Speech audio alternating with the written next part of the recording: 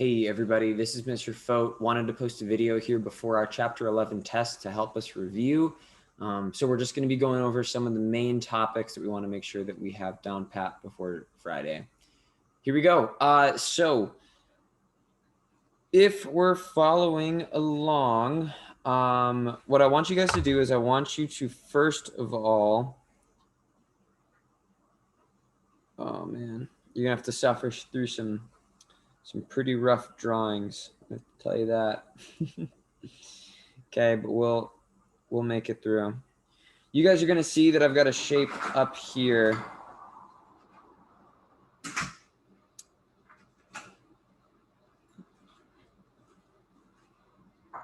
All right, and what we're going to do first is just kind of talk through the difference between finding a base and finding a height. All right, that's going to be some of the main concepts that we have to be able to solve for. Okay, so there are two things that make a height. All right, and the first thing is that it is a line at a 90-degree angle. Okay, the reason that it's at a 90-degree angle is because it has to be straight up and down. It has to be vertical. Okay, the second thing that a height has to be is it has to be perpendicular to the base. Okay, and we did this in class. I'm gonna put my iPad down here for a second. We did this in class, but something that might help us remember is we have parallel lines that are straight up and down and across from each other like this. And then you have perpendicular lines, okay? Lines that are gonna intersect. So this line right here, this would be the height. It's intersecting with the base, okay? You can denote a height by the fact that it has the little box in the corner, that being that it's a 90-degree angle, okay? That doesn't automatically make it a height, but it does help us kind of narrow down the lines we have to look at. At that point, we have to ask ourselves, are there two parallel lines that this is perpendicular to? Okay? Now, let's talk about what a base is. A base is a set of parallel lines. Really, a base is just something that we're able to measure. So you have a top base and a bottom base. We're going to have our height measure the in between. You'll see on this shape in front of you. In this case, say that we don't have any markers saying that this would be parallel. I can look at this trapezoid and I can say, all right, G to B, or if you're looking at it here to here, runs in line as best I could. I know it's not a perfect drawing, with Y to C. Okay, both of those lines are moving the same direction. They're horizontal, and to the best of our knowledge, they aren't ever going to intersect. They're not at an angle where they're moving. They're at the same angle. All right. So another way to tell that something is parallel is when we get these nice arrows. Okay, and the arrows show us that these two lines are moving at the same angle and that they're parallel to each other. Now, parallel does not mean they're the same size. Parallel means they're moving at the same angle and they're not going to intersect.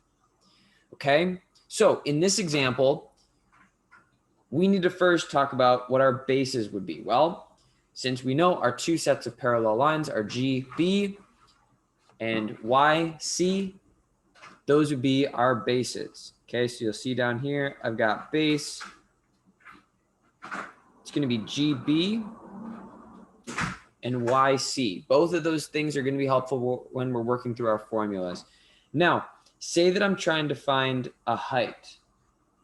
Okay, again, a height, 90-degree angle and perpendicular to the bases. So you notice we've got this line right here, AX, that's at a 90-degree angle, but we also have D to C out here. Now, something to keep in mind is that a height does not have to be touching the shape. Height just has to be perpendicular to those parallel lines if we extended them out, okay? It just shows how tall a shape is. So you can see, all right, A to X, that shows us the top of the base to the bottom of the base. It's at a 90-degree angle, so AX,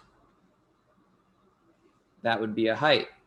Okay, we also can see that DC is at a 90-degree angle, It's got a little box up in the corner, and it's intersecting with both bases. So we can see AX, DC would be a height. And if you're struggling to figure out, okay, what would be the base, what would be the height of a different shape than a trapezoid, I think the most telling one is a triangle. So what we're going to do here is I'm going to quickly put up a triangle, and what we're going to do is we're just going to talk about how to find the base and the height of a triangle.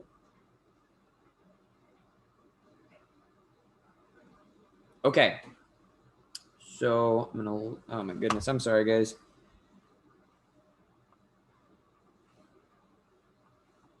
Okay, so we got our triangle. Now, which side would be the base? Which side is the height? How do we figure that out? Well, for a triangle, it's a little different in the sense that every side can be a base. Okay, so A to B, that could be a base. C to B, that could be a base. C to A, that could be a base. And the reason for that is that if I took the triangle in any orientation and I duplicated it, just like that, what we begin to see is that a triangle, when it is doubled, becomes a parallelogram. So in the event that we say that C to B is our base and we flip, we'd see that A to, now we'll label this point D. Okay, A to D would be a parallel line. Okay, you'll also see C to A is parallel to D to B. All right, these lines are going to run at the same angle, right? So that's why a triangle is a little bit different in the sense that any side can be a base. So let's imagine if we have A to B as our base, the height is still going to be a 90-degree angle that runs perpendicular to the base. So what we'd see is a 90-degree angle intersecting with that base, but it's also going to show how tall that triangle is. Now you're seeing the triangle itself has a different orientation, but if I were to do this, oh man, these lines aren't straight at all. I'm doing this on an iPad, trying my best, guys. Okay, you can kind of see how we can measure the height of that triangle outside of it. Okay, kind of seeing how tall that triangle is on the outside compared to the base. So any orientation of a triangle can have a base. So C to B is a base, A to B is a base, A to C is a base. The height is just going to be based on your perspective. So if your height is C to B, right? Your height could look like that. Your height could look like that. Okay? So just remember, with a triangle, it works a little bit different than something like a parallelogram or a rectangle, but just keep that in mind. All right, so now let's talk through how to find the area of shapes. Now, I'm going to put something up from the study guide. This is going to be question 13. I think this is a really helpful one. So just give me a second here. Try to draw this as best I can.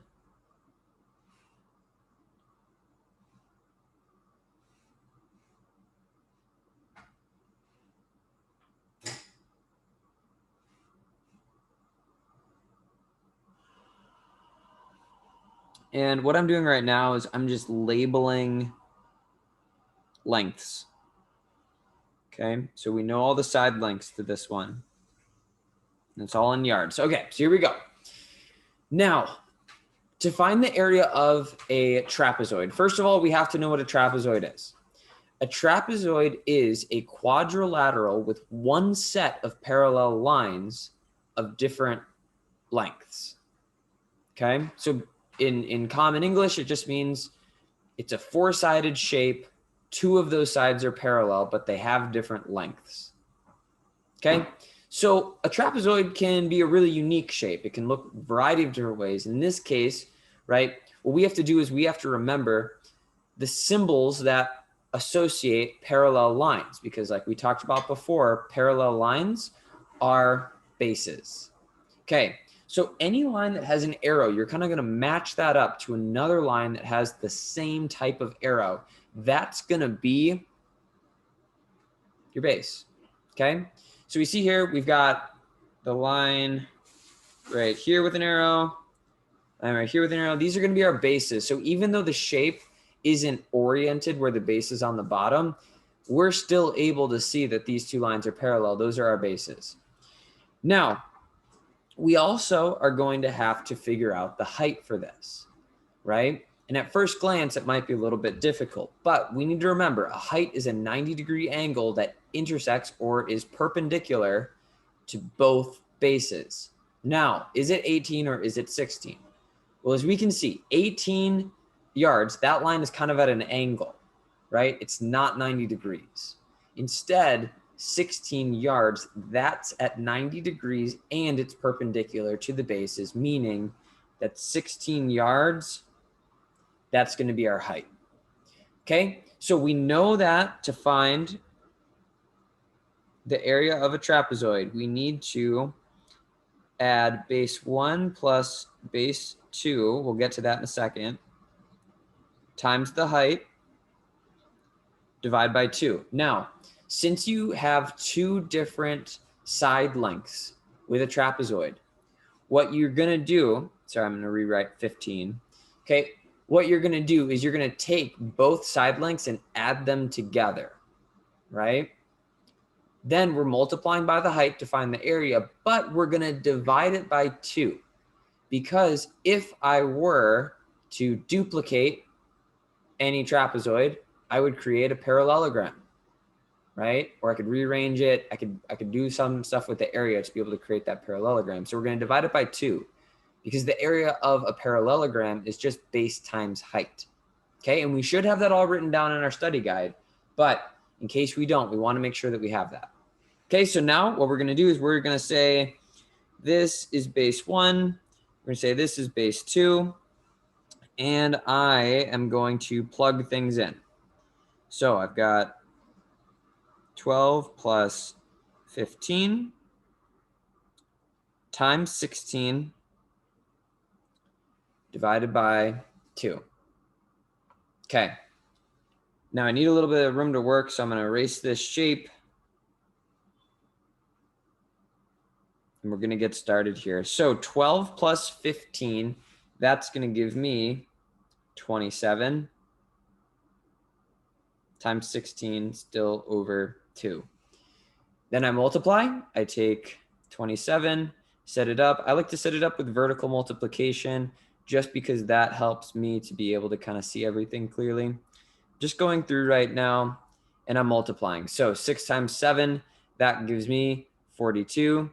6 times 2 is going to give me 12, plus 4 is 16. Okay, we add a 0 because we have a new place value. 1 times 7 is 7, 1 times 2 is 2. We add those things together, and I end up with 432 over 2. Okay, so now I just take 432, I divide it by 2, and that is the area of my shape. So we'll set that up like this, 432. 2 goes into 4, 2 times, we subtract and get 3 once we drop that down. 2 goes into 3 once, subtract, drop our 2 down, we get 12.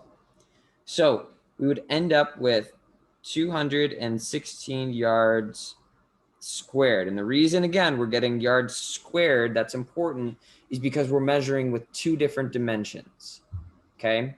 The base and the height. This is a 2-dimensional shape, okay? So, and with a lot of those, it's just rinse and repeat. If you can find a base and you can find a height, you can plug it into the formula. A parallelogram is base times height. A triangle is going to be base times height divided by 2. A triangle is half a parallelogram. Okay, same thing with the trapezoid. Add both of the bases, multiply them by the height, divide by 2. Okay, for the same reason, half of a parallelogram. If you find a rectangle or a square, you're going to do length times width. Really, if you'd like to think about it, base times height means practically the same thing. So you can think about it in those terms as well. Okay, as far as the review goes, all right, make sure that you guys know how to tell the difference between the shapes or basic geometric shapes that we work through. So you need to be able to identify what a triangle is, what a trapezoid is, square, rectangle. Okay? You need to be able to know what all those things are. Also, make sure that we're comfortable finding a base, finding a height. Okay, and one more time, I've said it a bunch, but the base is going to be parallel lines. A height is going to be a line that is 90 degrees and is perpendicular to the bases. Okay, so as you guys are going through your study guide tonight, make sure that you know how to solve for those things. For the formulas, it's just plug and play. All right, so happy studying. Hope this finds you well. Sorry it's a little bit late. Sorry it's a little bit late, but wanted to get it to you guys anyway. Have a great night, and I will see you guys tomorrow.